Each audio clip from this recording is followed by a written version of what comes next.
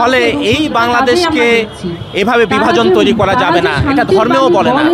সমস্ত ধর্মের বড় মানুষরা আমরা দেখি সবসময় ধর্মীয় সহিষ্ণুতার কথা বলেছে এবং তারা ভিন্ন ধর্মের মানুষের মধ্যে প্রতিও তাদের প্রচণ্ড সহিষ্ণুতার জায়গা ছিল। তাহলে কে সত্যিকারের মুসলমান, কার ধর্মই সত্যিকারের মুসলমান ধর্ম, এই ব্যাখ্যা কে করবে? এই ব্যাখ্যার দায়িত্ব নেওয়া এবং সার্টিফিকেট যারা দিচ্ছে তারা সত্যিকারের ধর্মকে ধারণ করে এটা আমরা মনে করি না।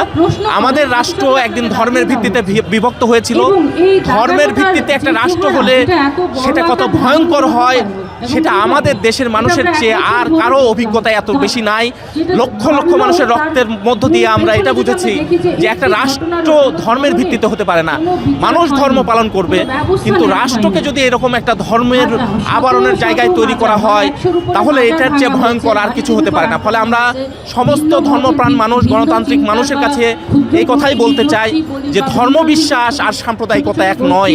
আমাদের বিরোধ ধর্মবিশ্বাসের সাথে না, আমাদের বিরোধ হচ্ছে সাম্প্রদায়িকতার সাথে, উগ্র মৌলবাদের সাথে।